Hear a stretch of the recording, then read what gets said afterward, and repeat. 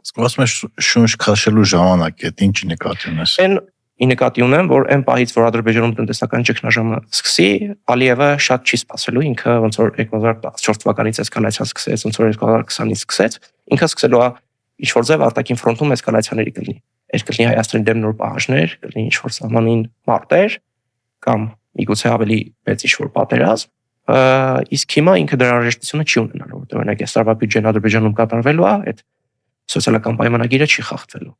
Բայց ոնց որ մենք sense խնդիր ունենք, մեզ համար կարճաժամկետում միգուցե օգուտ է, երկարաժամկետում մեր համավնաս է, որովհետև ոնց որ մենք կարճաժամկետում շունչ ենք քաշում, Ադրբեջանը այս պահին էլ է կոշտ, ոնց որ մի տարի էլ շահեցինք, բայց այդ մի տարին Ադրբեջանը էլի օգտագործել է պատերազմին պատրաստվելու համար։ 2020 թվականից հետո ինքը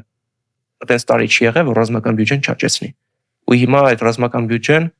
եթե 20 թվականի հետ համեմատես, 2.5 անգամ աճել է, այն դեպքում, որ ինքը պատերազմը հաղթե, դրանից հետո իր խնդիրները լուծել է։ Եթե մեծ հաշվով այդ պատերազմը մենակ Ղարաբաղի մասին լիներ, ինքը այդ բյուջեի ռազմական ծախսերը պետք է կրճատեր նույն ուղղեր Ղարաբաղի վերակառուցման վրա, որ իրանք հիմա անում են, բայց ինքը հակառակն է անում, ինքը ռազմական ծախսերը անդադ մեծացնում։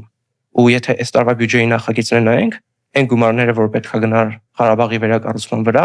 իրանք կրճատել են, բայց ռազմական ծախսերը մեծացրել են։ Հիմա պարզ չէ, թե ինչի համար այդ ռազմական ծախսերը մեծացվում։